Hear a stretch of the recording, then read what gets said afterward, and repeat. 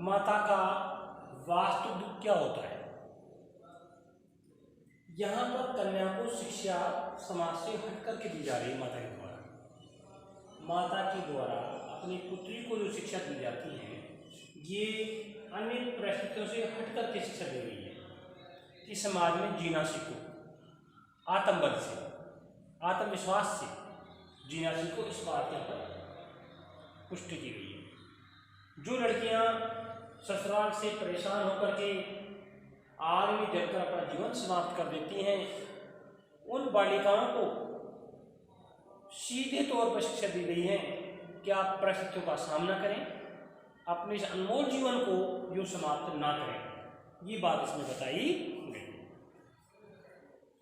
और इसमें एक बात बताई गई है कि लड़की को माता की अंतिम पूंजी बताया गया है, क्योंकि माता द्वारा बच्चे को बड़ी लाड और प्यार से पाला पोसा जाता है।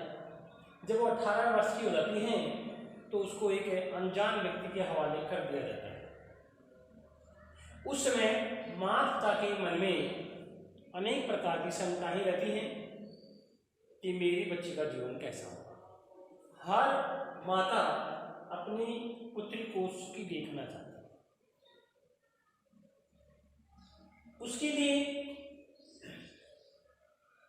माँ ने अपनी पुत्री को शिक्षा दी है कि बेटा तूने अभी सुख देखे हैं, दुखों का आभास तुझे नहीं है। इन जीवन में आने वाली समस्याएं आएंगी, उनका सामना कैसे किया जाएगा इसका तुझे आभास नहीं है, क्योंकि अभी तूने सुख का आभास किया है, दुख का आभास नहीं किया है। अभी तूने लयबद्ध पंक्तियां ही पढ़ी हैं, लेकिन उसका सारवत्रिक ज्ञान क्या है वो तुझे प्राप्त नहीं है। इस तरह की बातें इसमें बताई गई हैं। दूसरी बात इसमें ये भी है कि वस्त्र और आभूषण जो हैं इसके भ्रम में मत पड़ना, महंगे वस्त्र और आभूषणों के चक्कर में मत पड़ना, क्योंकि ये स्त्री जीवन के बंधन है। जब आदमी इसके बंधन में पड़ जाता है तो उस जल्दी से मुक्त नहीं हो पाता है। दूसरी बात क्या है, पानी में झांककर अपने चेहरे पर मत रीझना, यानी अपनी सुंदरता पर कभी मुग्ध मत होना, क्योंकि यदि आप अपनी सुंदरता पर मुग्ध हो जाएंगे तो कुछ तो से प्रसन्न होने वाले हैं और कुछ व्यक्ति ईर्ष्या करने वाले भी होते हैं। इसलिए माता ने अपनी पुत्री को शिक्षा दी है कि पानी में झांककर अपने चेहरे पर मत रीझना, अपनी सुंदरता पर कभी मत घमंड करना, अपनी सुंदरता पर मत इतराना। ये सीधी सीधी तौर पर बात कही है।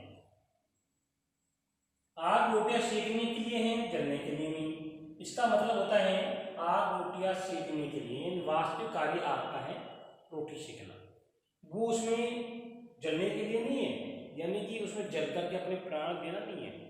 इसका मतलब हुआ कि आप परिस्थितियों का सामना करें और सामना करके जीना सीखें, ये मतलब है इसका। इस तरह की बात इसमें बताई गई हैं।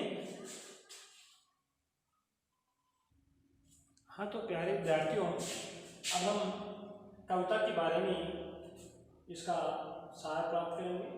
कितना प्रामाणिक था उसका दुख।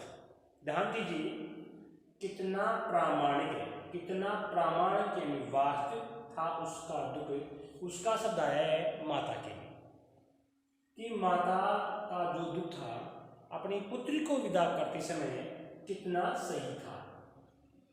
लड़की को दान में देते वक्त, अपनी कन्या को वर के साथ भेजते समय जो उसका जो दुख था वो वास्तविक दुख था, जैसे वही उसकी अंतिम पूंजी हो। क्या कहा सभी कि जब माता अपनी पुत्री को ससुराल भेजती है उस समय उसे ऐसा आभास होता है कि पुत्री नहीं, वो उसकी जीवन की अंतिम पूंजी है। सारी की सारी पूंजी वो पुत्र के साथ भेज रही है। लड़की अभी सयानी नहीं थी, लड़की अभी सयानी नहीं थी, अभी इतनी भोली सरल थी। कहने का मतलब यह है कि लड़की को अभी अधिक ज्ञान नहीं था। लड़की भोली भाली, जीवन में आने वाली कठोर समस्याओं की उसे जानकारी नहीं थी। यहाँ पर अभी सियानी नहीं थी, यानी अभी समझदार नहीं थी, अभी इतनी भोली और सरल थी कि उसे सुख का आभास तो था। जीवन में जो सुख आते हैं उसका आभास था, लेकिन सांसारिक जीवन का उसे अनुभव नहीं था, क्योंकि अभी सांसारिक जीवन में प्रवेश करेगी उसका उसको आभास नहीं था।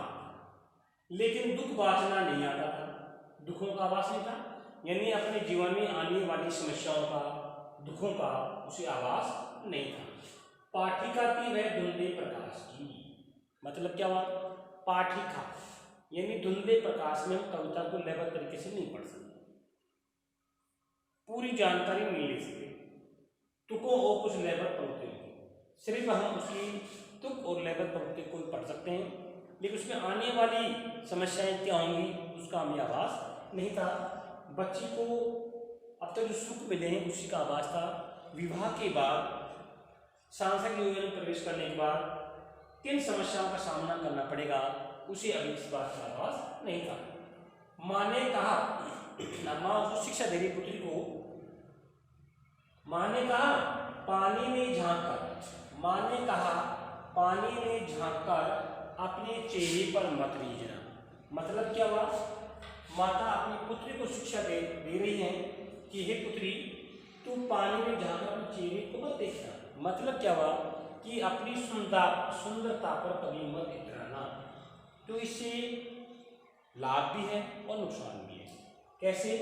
कि कोई तो व्यक्ति आपको पसंद करेगा और कोई व्यक्ति आपकी सुंदरता से ईर्ष्या करने लगेगा, इसलिए अपनी सुंदरता पर कभी मत इतराना। आग रोटियां सेकने के लिए, यहाँ पर आग जो शब्द आया है इसका वास्तविक तात्पर्य है रोटियां सेकना। लेकिन कुछ लड़कियां होती हैं जो समस्याओं का सामना नहीं कर पाती हैं और उस आग को अपने जीवन का हथियार बना लेती हैं, यानी आत्महत्या का हथियार बना लेती हैं। इसलिए माता ने आगामी समस्याओं को ध्यान में रखते हुए अपनी पुत्री को शिक्षा दी है कि पुत्री, आग केवल रोटियां सेकने के काम आती हैं, जलने के काम नहीं आती है, यानी अपना जीवन समाप्त करने के काम नहीं आती हैं। इसका दूसरा तात्पर्य है कि आपको समस्याओं का सामना करना पड़ेगा, कठिन समस्याओं का सामना करना सीखो। कठिन समस्याओं का सामना करना सीखो। जब आप कठिन समस्याओं का सामना करना सीख जाओगी तो जीना भी सीख जाओगी। इसका मतलब यह है वस्त्र और आभूषण शाब्दिक ब्रह्मों की तरह बंधन है स्त्री जीवन की। वस्त्र और आभूषण, महंगे वस्त्र और महंगे आभूषणों के चक्कर में मत पड़ना, यानी वस्त्र, अच्छे वस्त्र और अच्छे गहनों के मोह जाल में मत फंसना। अगर इसके मोह जाल में फंसे तो आप अपने कर्तव्य मार्ग से भटक जाओगे। इसलिए अच्छे वस्त्र, महंगे आभूषणों के चक्रों में मत पड़ना, ये शाब्दिक ब्रह्मों की तरह जाल में फंसा लेंगे। जैसे शब्दों के माध्यम से व्यक्ति अपने जाल में फंसा लेता है, ठीक उसी प्रकार से वस्त्र और आभूषण भी स्त्री को अपने बंधन में बांध देते हैं।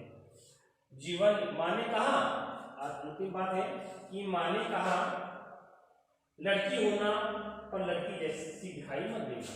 लड़की होना ये वास्तविकता है कि तो लड़की है।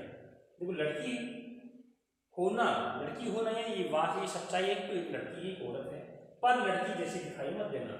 इसका मतलब है कि लड़की जैसी दिखाई मत देना, ये लड़की को व्यक्ति कमजोर मानते हैं, पर आश्रित मानते हैं। लेकिन तुझे ऐसा नहीं होना है, तुझे कमजोर नहीं रहना है, तुझे प्राश्रित नहीं रहना है, तुझे स्वावलंबी बनना है और तुझे मजबूत तरीके से जीना है। हर समस्या का तुझे सामना करना है। यहाँ पर ये बात है। और कभी भी आवेश में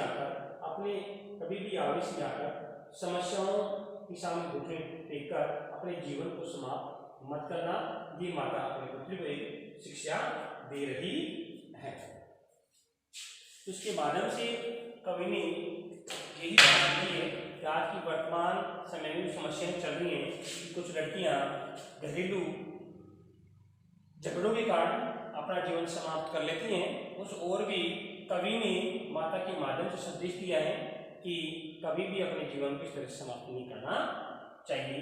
कितनी भी कठिन समस्या आए उन समस्याओं का हमें सामना करना चाहिए और सुंदरता को भी एक बाध्य माना है कि स्त्री को अपनी सुंदरता पर कभी इतराना नहीं चाहिए, क्योंकि इससे कोई लोग ईर्ष्यावश जलन कर बैठते हैं और उसके जीवन में एक रुकावट सी पैदा हो जाती है। इस प्रकार से हमें हर समस्या का सामना करना पड़ेगा और कभी जीवन में हताश नहीं होगा। तो जीवन में कठिनाइयाँ आती हैं, इन कठिनाइयों का सामना करें, हताश न हो, ये बातें इस पर बताई गई है। और यहाँ पर वस्त्र आभूषण ये मोहजाल है। इस मोहजाल में फंसने के लिए कवि ने मना किया है कि मोहजाल से छुटकारा पाओ, आपका जीवन सुचारू रूप से चलेगा। तो प्यारे विद्यार्थियों, ये हमारी कविता ट्यूशन लगान और इसी के साथ हमारे विपद भाग है 5 पूरा हो गया है। जय हिंद, जय भारत।